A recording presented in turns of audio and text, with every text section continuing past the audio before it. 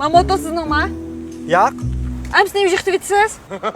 Ya, xato tushunib qolmay, yiqitmadim. Yiqilliqlikka men yo'lab qo'ydim.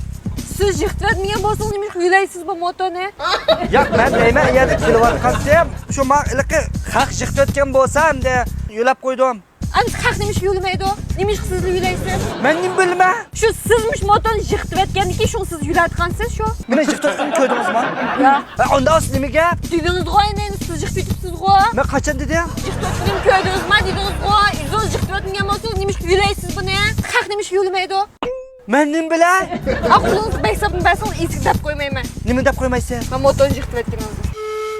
O'sha basammi? Siz yiqitibsiz mana. Qanday men yiqitibman? Bo'lmasa nima qilmayman behisobni bersiz. O'zim men deb qo'ymayman, men berdim-ku. Siz yiqitib endi men esga deb qo'ymadi, berdingiz bu behisobni menga. Akla. Motorimni qishdan nima qilyapsizlar? Men abay motosini yiqitibdi. Ha? Voy, men yiqitmadim. Shiqimzonni tutib yurisa? Mama esga deb qo'ymadi, men behisobni berdi. Mana Ya, men deb qo'ymadim, bermadim. O'zim men eksam deb qo'ymayman, bersam berdim deb berdim.